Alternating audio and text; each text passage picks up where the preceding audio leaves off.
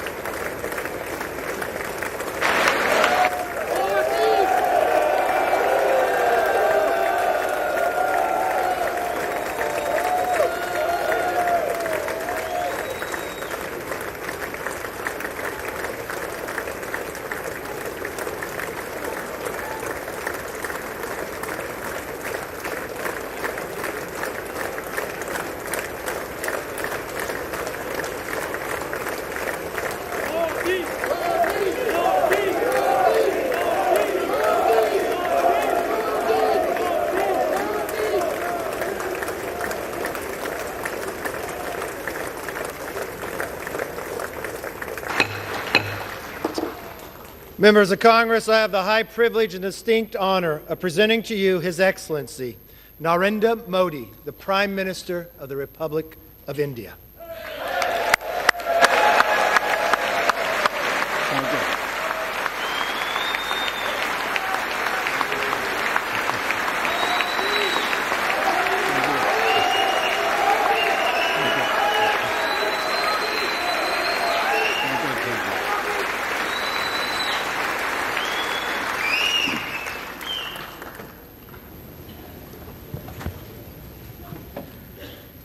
Mr. Speaker, Madam Vice President, distinguished members of the U.S. Congress, ladies and gentlemen, Namaskar.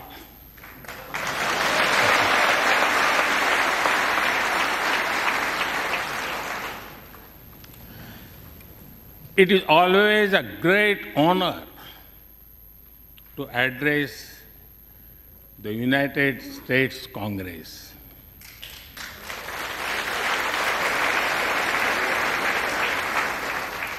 It is an exceptional privilege to do so twice.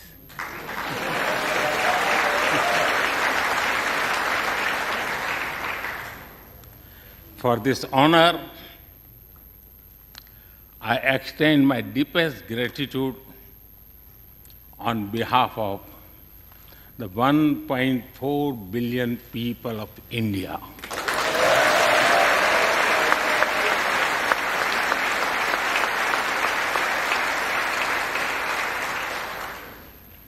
I see that nearly half of you were here in 2016.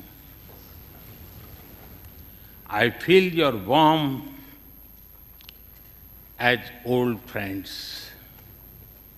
I can also see the enthusiasm of a new friends in the other half. I remember Senator Harry Reid, Senator John McCain, Senator Orrin Hatch, Elijah Cummings, Elsie Hastings, and others who I met here in 2016 and who are sadly no longer with us. Mr. Speaker, standing here 7 Junes ago, that is the June when Hamilton swept all the awards, I said that the hesitations of history were behind us. Now, when our era is at a crossroads, I am here to speak about our calling for this century.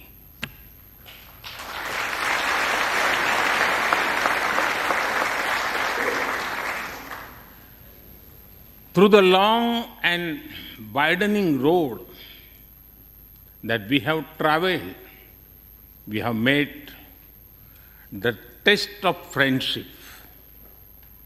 A lot has changed since I came here 7 summers ago. But a lot has remained the same, like our commitment to deepen the friendship between India and the United States.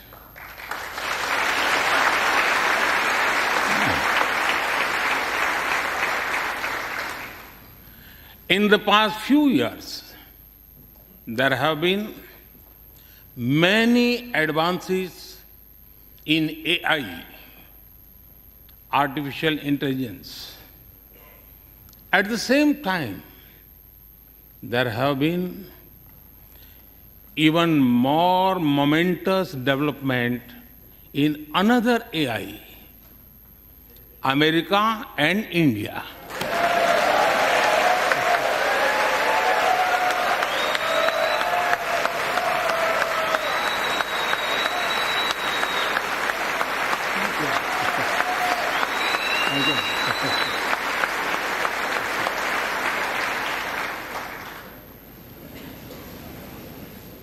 Mr. Speaker and distinguished members, the beauty of democracy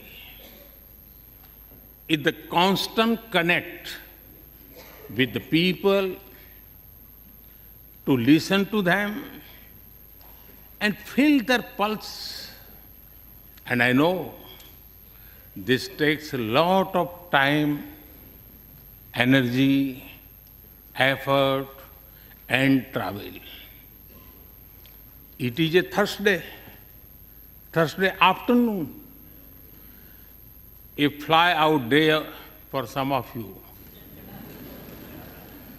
So I am grateful for your time. I also know how busy you have been this last month. Being a citizen of a vibrant democracy, myself, I can admit one thing, Mr. Speaker, you have a tough job.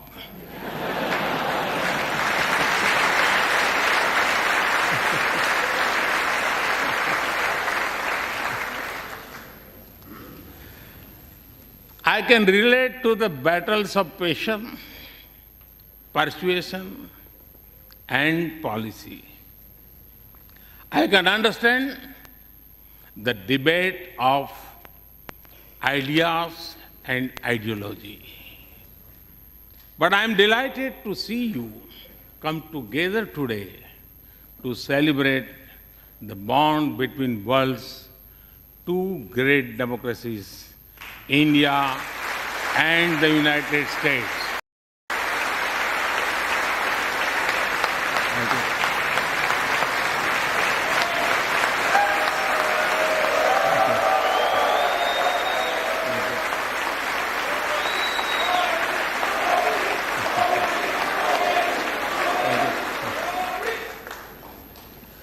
I'm happy to help out. I'm happy to help out whenever you need a strong bipartisan consensus.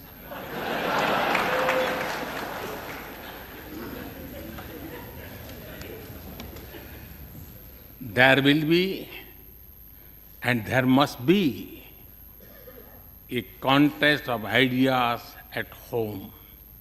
But we must also come together as one when we speak for our nation.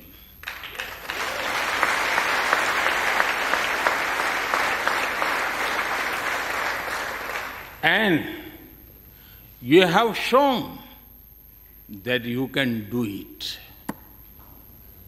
Congratulations.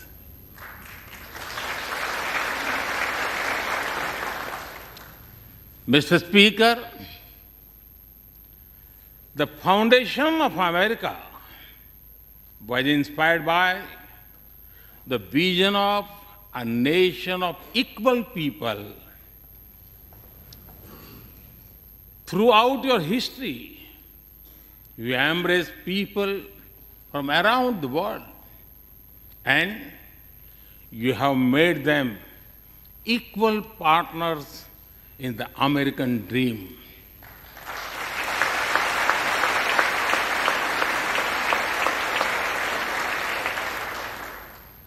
There are millions here who have roots in India. Some of them sit proudly in this chamber.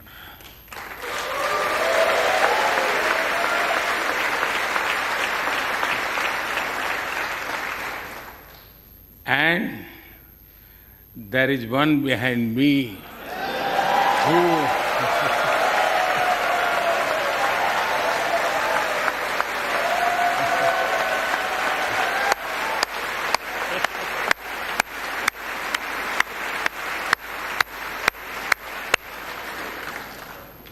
who has made history.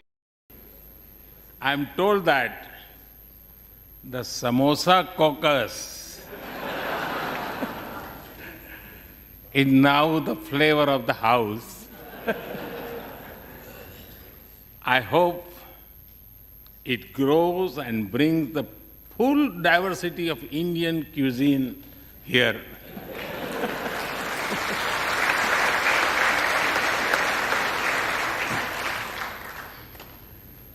Over 2 centuries, we have inspired each other through the lives of great Americans and Indians. We pay tribute to Mahatma Gandhi and Martin Luther King Jr.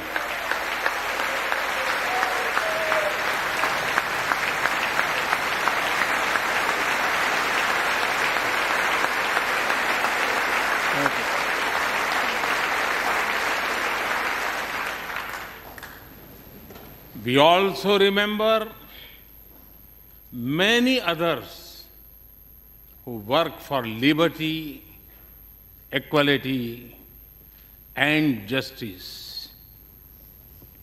Today, I also wish to pay heartfelt tribute to one of them, Congressman John Lewis.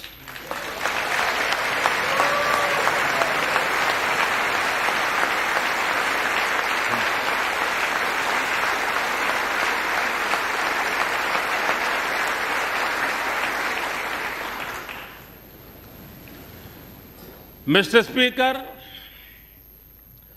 democracy is one of our sacred and shared values. It has evolved over a long time and taken various forms of systems. Throughout history, however, one thing has been clear. Democracy is the spirit that supports equality and dignity.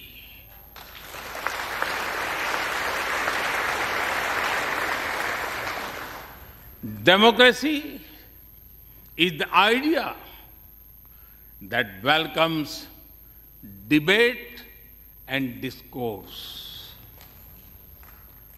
Democracy is the culture that gives wings to thought and expression.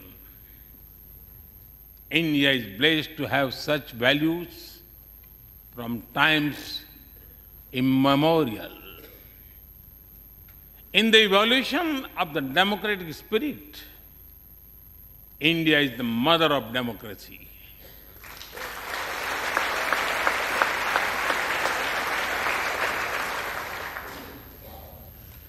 Millennia ago, our oldest scripture said, Ekam Sat Vipra Bahudha Vadanti. It means that truth is one, but the wise express it in a different ways. Now, the US is the oldest and India the largest democracy. Our partnership augurs well for the future of democracy.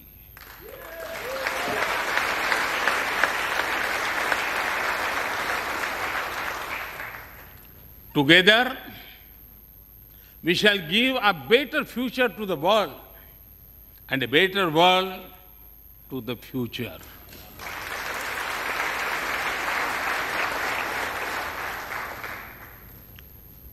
Mr. Speaker, last year, India celebrated 75 years of its independence. Every milestone is important, but this one was a special. We celebrated a remarkable journey of over 75 years of freedom after 1,000 years of foreign rule in one form or another. This was not just a celebration of democracy, but also of diversity.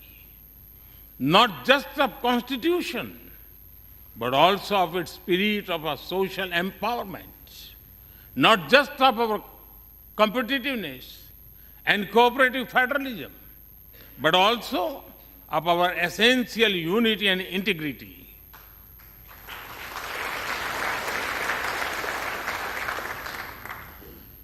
We have over 2,500 political parties.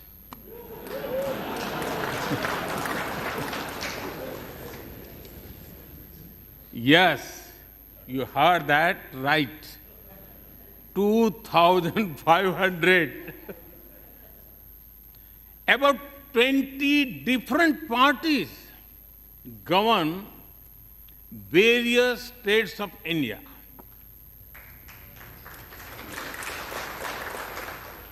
We have 22 official languages and thousands of dialects, and yet we speak in one voice.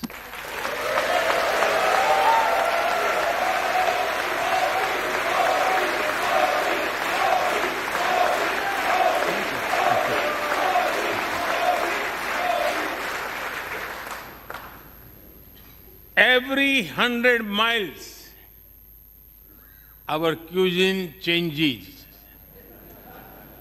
from dosa to aloo paratha, and from Srikhand to Sandesh. We enjoy all of these. We are home to all faiths in the world, and we celebrate all of them.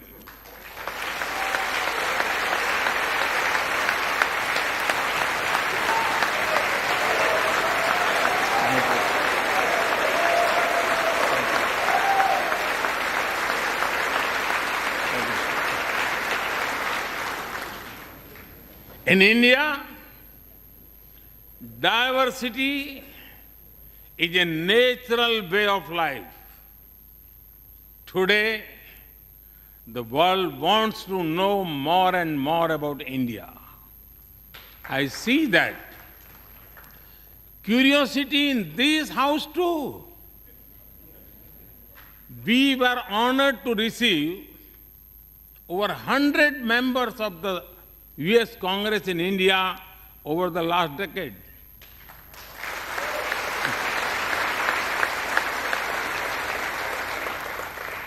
Everyone wants to understand India's development, democracy, and diversity.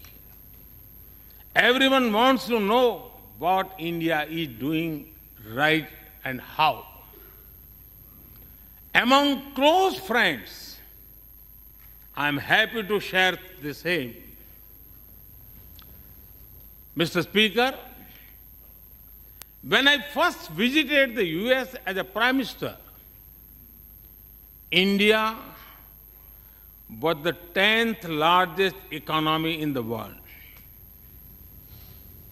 10th. Today, India is the 5th largest economy.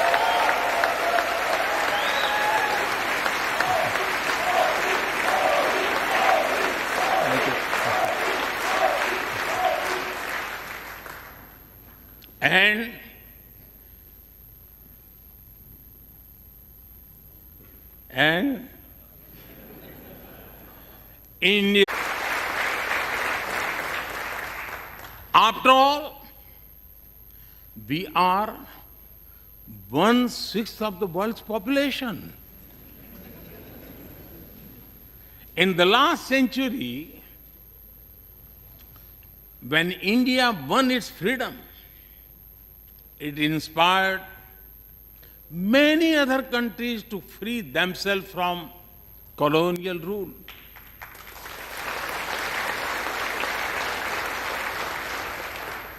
In this century, when India sets benchmark in growth, it will inspire many other countries to do the same.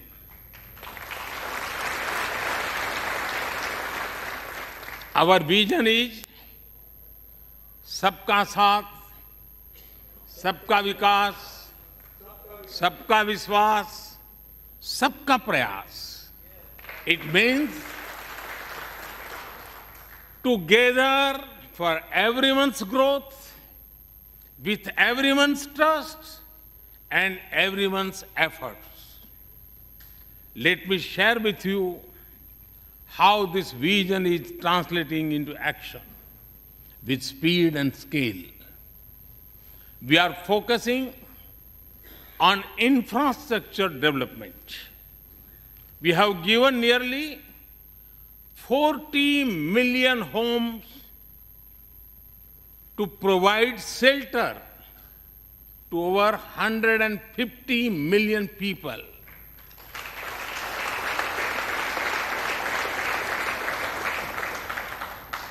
That is nearly 6 times the population of Australia.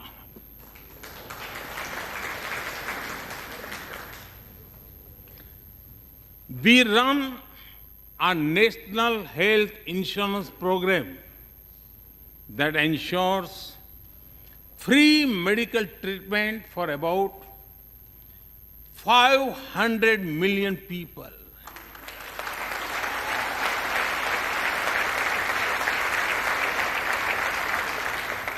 500 million people, that is greater than the population of South America. We took banking to the unbanked with the world's largest financial inclusion drive. Nearly 500 million people benefited. This is close to the population of North America. We have worked on building Digital India. Today, there are more than 850 million smartphones and internet users in the country.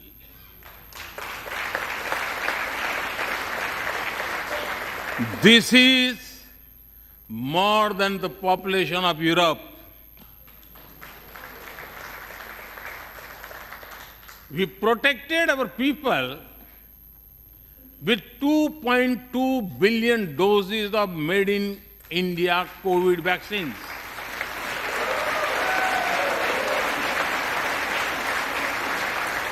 And that too free cost.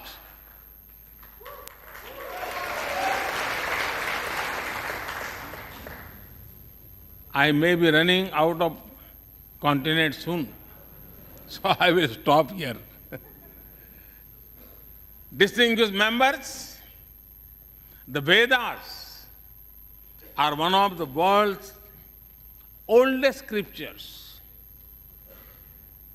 They are a great treasure of humanity composed thousands of years ago. Back then, women sages composed many verses in these Vedas. And today, in modern India, women are leading us to a better future.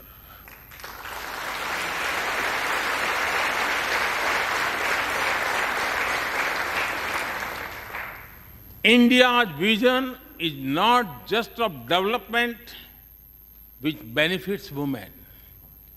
It is of women-led development where women lead the journey of progress.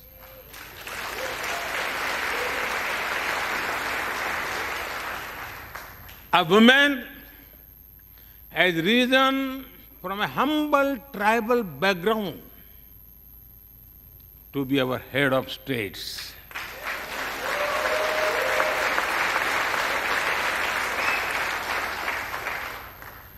Nearly 1.5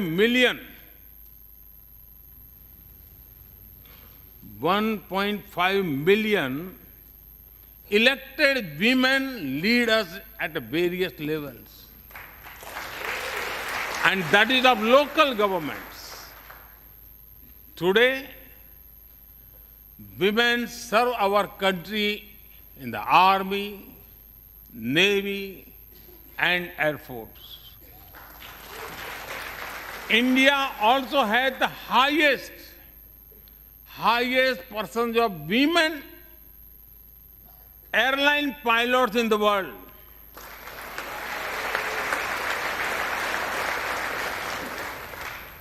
And they have also put us on Mars by leading our Mars mission. I believe that investigating in a girl child lifts up the entire family. Empowering women transforms the nation.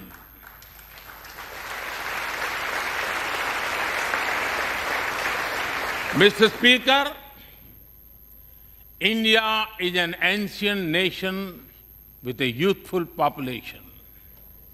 India is known for its traditions, but the younger generation is also making a hub of technology, be it creative reels on Insta or real-time payments.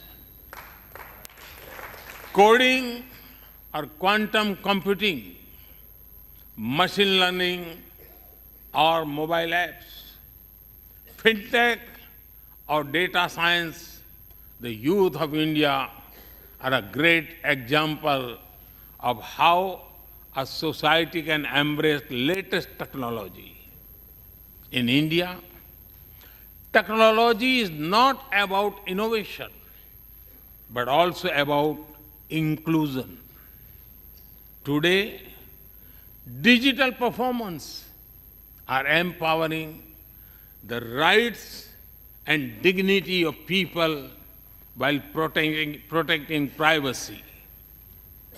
In the last 9 years, over 1 billion people got a unique digital biometric identity connected with their bank accounts and mobile phones.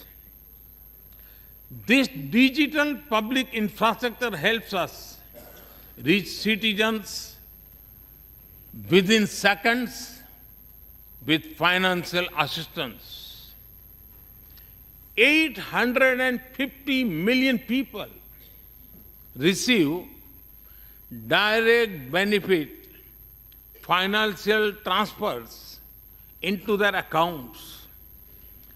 3 times a year, over 100 million farmers receive assistance in their bank accounts at the click of a button.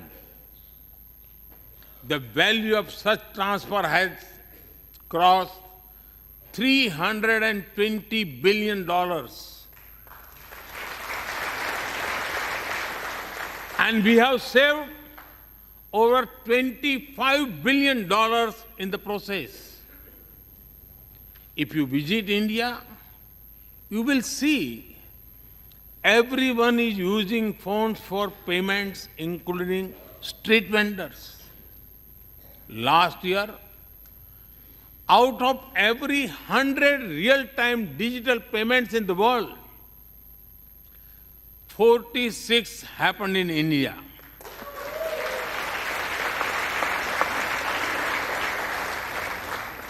Nearly 400,000 miles of optical fiber cables and cheap data have ushered in a revolution of opportunities. Farmers check weather updates. The elderly get social security payments. Students access scholarships. Doctors deliver telemedicine. Fishermen check fishing grounds, and small businesses get loans with just a tap on their phones. Mr. Speaker, a spirit of democracy, inclusion, and sustainability defines us. It also shapes our outlook to the world. India grows while being responsible about our planet. We believe, Mata Bhumihi Putro Aham Prithviyaha. This means the earth is our mother and we are her children. Indian culture deeply respects the environment and our planet.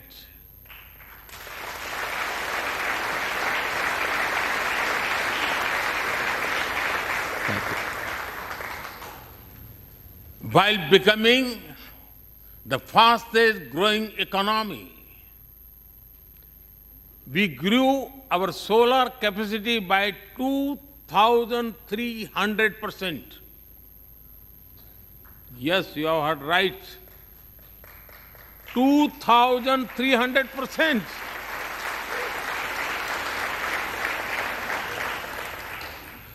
We became the only G20 country to meet its Paris commitment.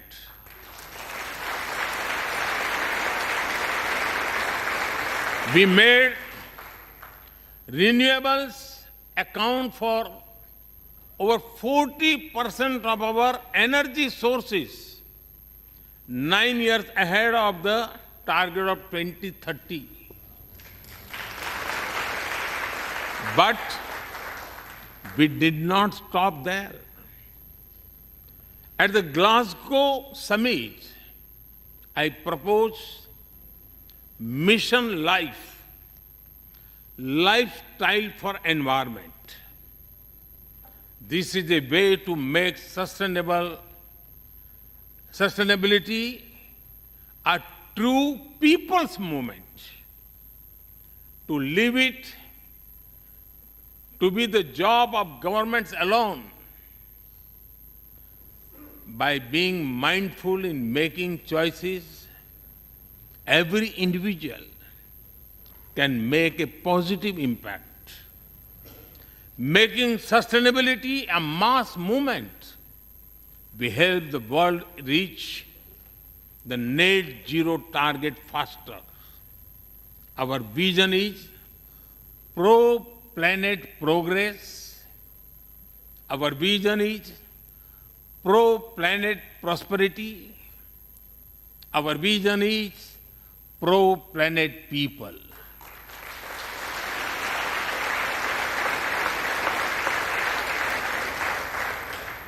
Mr. Speaker, we live by the motto of Vasudhaiv Kutumbakam, or the world is one family.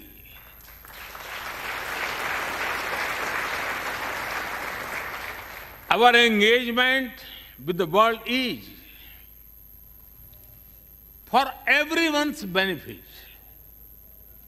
The one sun, one world, one grid seek to join us. All is connecting the world with clean energy.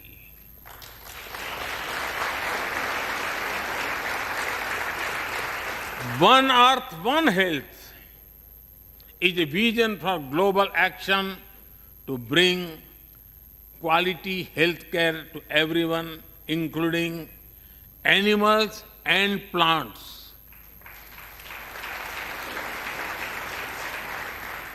The same spirit is also seen in the theme when we chair the G20, One Earth, One Family, One Future. We advance the spirit of unity through yoga as well. Just yesterday, the whole world came together to celebrate the International Day of Yoga.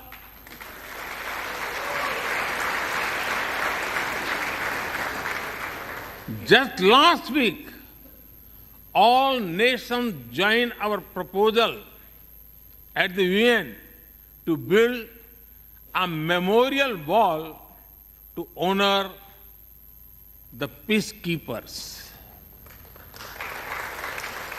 And this year, the whole world is celebrating the International Year of Millets to promote sustainable agriculture and nutrition alike. During COVID, we delivered vaccines and medicines to over 150 countries. We reach out to others, being disasters as first responders, as we do for our own.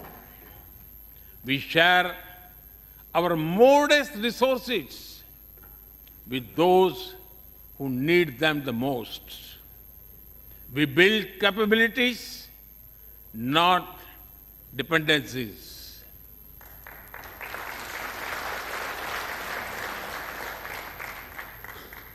Mr. Speaker, when I speak about India's approach to the world, the United States occupy a special place. I know.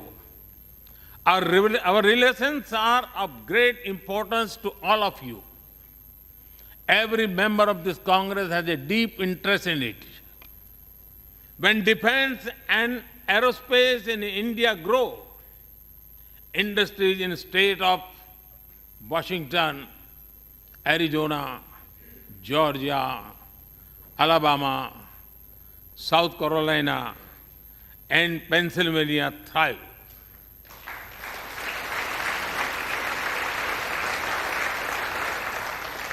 When American companies grow, their research and development centers in India thrive. When Indians fly more, a single order for aircrafts creates more than 1 million jobs in 44 states in America.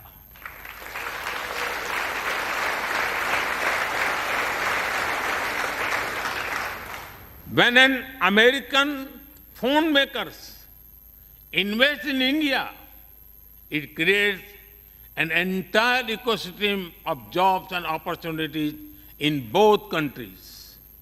When India and US work together on semiconductors and critical minerals, it helps the world in making supply chains more diverse, resilient, and reliable.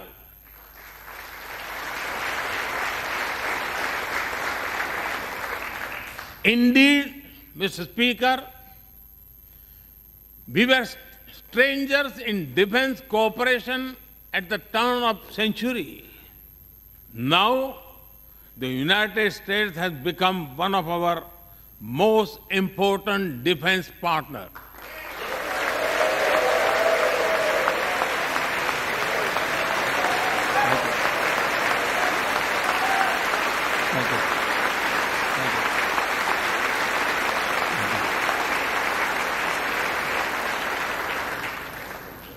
Today, India and the US are working together in space and in the seas, in science and in semiconductors, in startups and sustainability, in tech and in trade, in farming and in finance, in art and artificial intelligence, in energy and education, in healthcare and humanitarian efforts.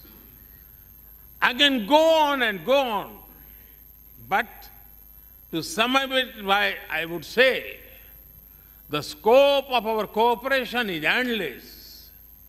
The potential of our synergies is limitless. And the chemistry in our relations is effortless.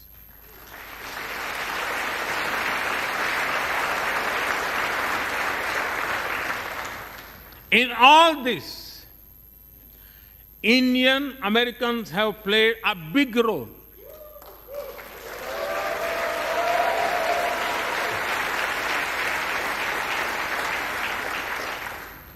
They are brilliant in every field, not just in spelling bee.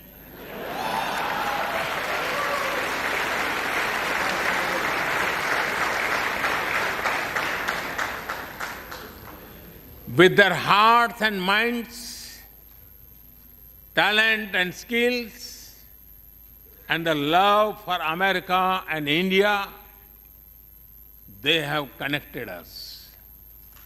They have unlocked doors.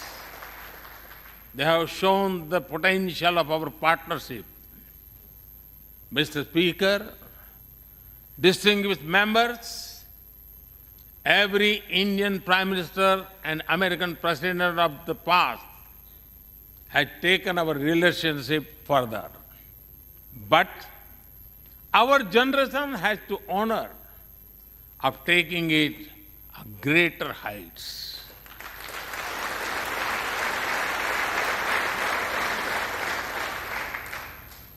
I agree with President Biden that this is a defining partnership of this country.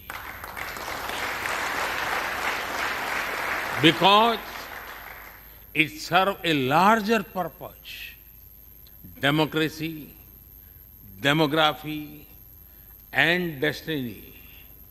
give us the purpose. One consequence of globalization has been to cover over concentration of supply chains. We will work together to diversify, decentralize, and democratize supply chains.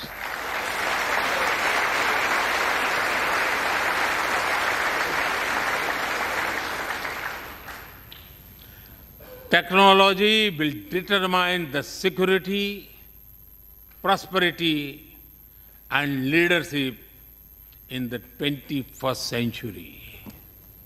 That is why our two countries established a new initiative for critical and emerging technologies. Our knowledge partnership will serve humanity and seek solutions to the global challenges of climate change, hunger, and health. Mr. Speaker and distinguished members, the last few years have seen deeply disruptive developments. With the Ukraine conflict, war has returned to Europe. It is causing great pain in the region. Since it involves major powers, the outcomes are severe. Countries of the global south have been particularly affected. The global order is based on the respect for the principle of the UN Charter, peaceful resolution of disputes, and respect for sovereignty and territorial integrity.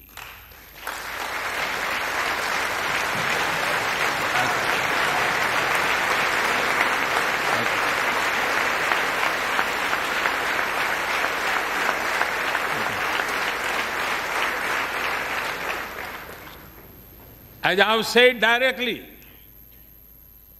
and publicly, this is not an era of war.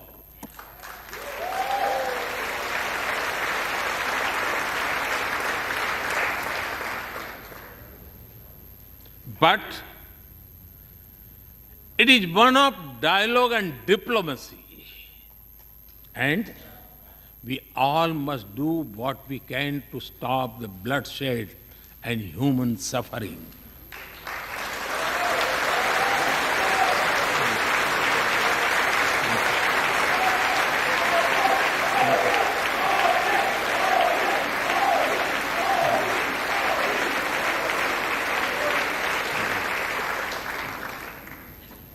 Mr. Speaker,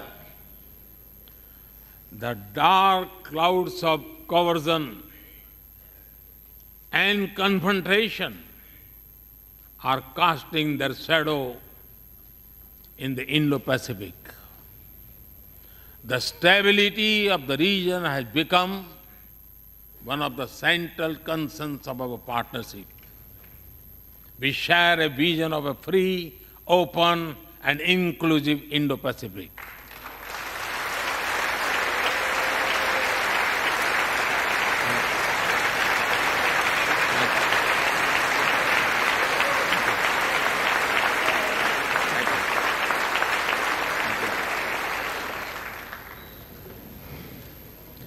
Connected by secure seas, defined by international law, free from domination, and anchored in ASEAN centrality.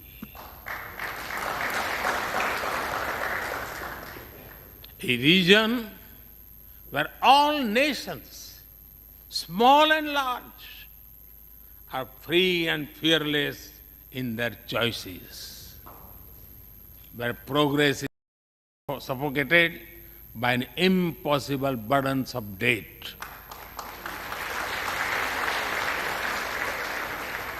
Where connectivity is not leveraged for strategic purposes, where all nations are lifted by the high tide of shared prosperity.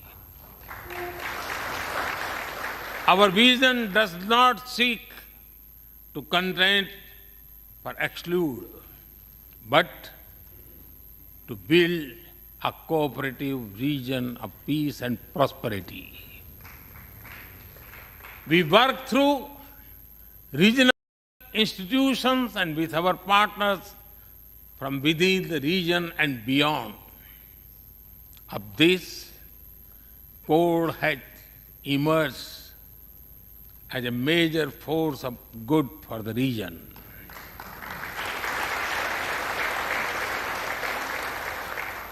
Mr. Speaker, more than 2 decades after 9/11 and more than a decade after 26/11 in Mumbai, radicalism and terrorism still remain a pressing danger for the whole world. These ideologies keep taking new identity and forms, but their intentions are the same.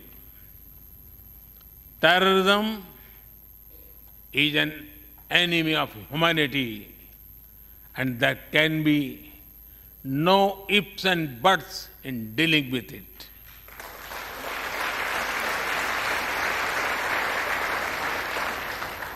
We must overcome all such forces sponsoring and exporting terror.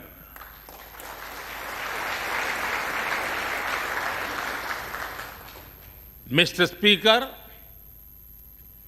COVID-19's biggest impact was the human loss and suffering it caused. I wish to remember Congressman Ron Wright and the staff members who lost their lives to COVID. As we emerge out of the pandemic, we must give shape to a new world order. Consideration, care, and concern are the need of the hour. Giving a voice to the global south is the way forward. That is why I firmly believe that the African Union be given full membership of G20.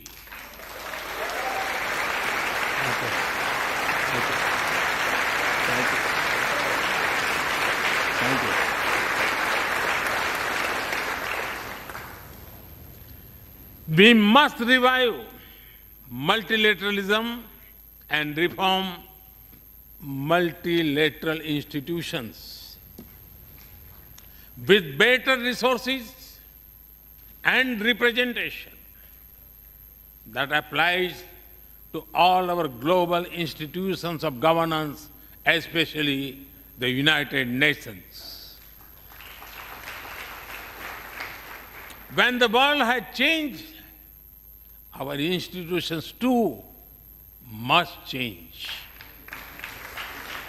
or risk getting replaced by a world of rivalries without rules.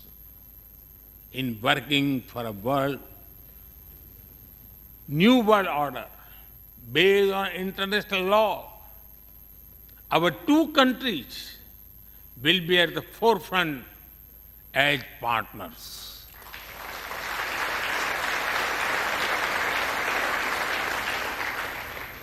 Mr. Speaker and distinguished members, today we stand at a new dawn in our relationship that will not only shape the destiny of our two nations, but also that of the world.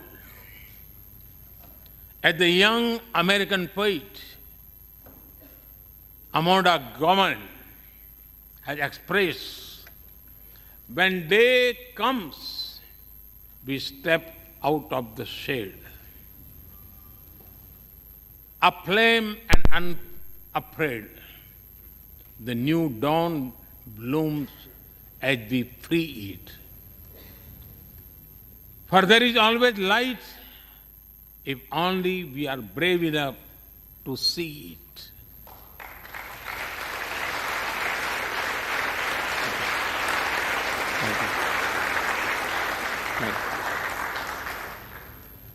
Our trusted partnership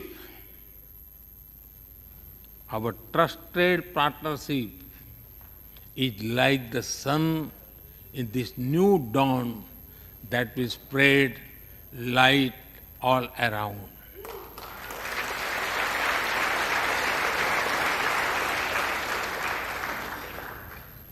I am reminded of a poem that I once wrote.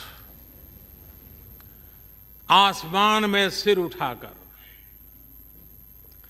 आसमान में सिर उठाकर, घने बादलों को चीर कर, रोशनी का संकल्प ले, अभी तो सूरज उगा है।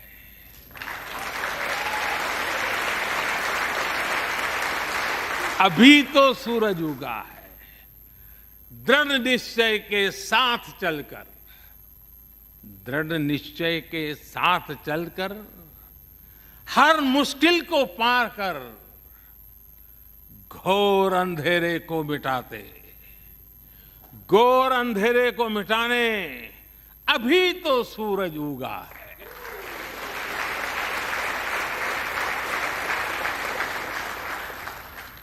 If I were to say it in English, it would be rising its head in the skies, piercing through the dense clouds with the promise of light. The sun has just risen, armed with a deep resolve, overcoming all the odds to dispel the forces of darkness.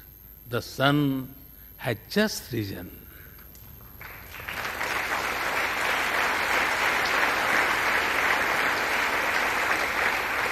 Mr. Speaker and distinguished members,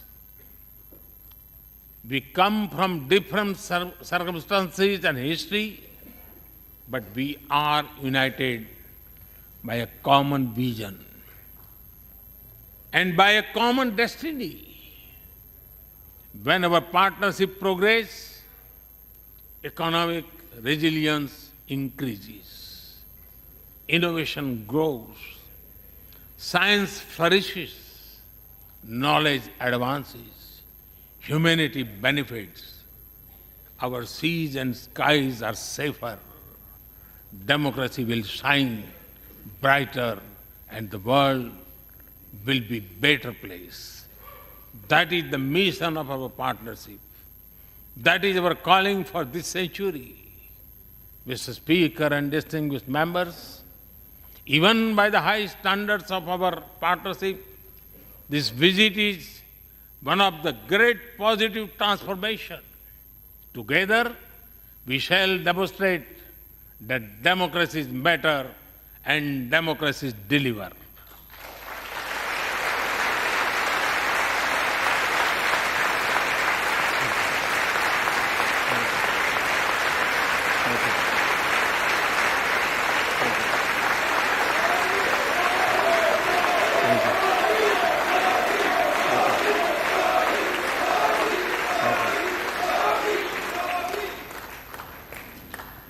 I count on your continued support to the India-US partnership. When I was here in 2016, I said that our relationship is primed for a momentous future. That future is today.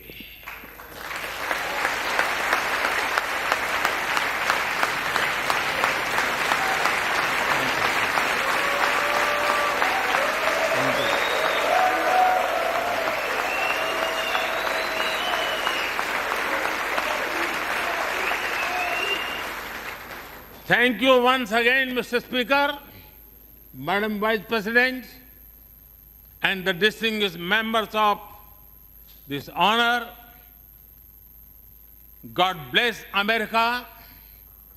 Jai Hind. Long live India-US friendship. Thank you.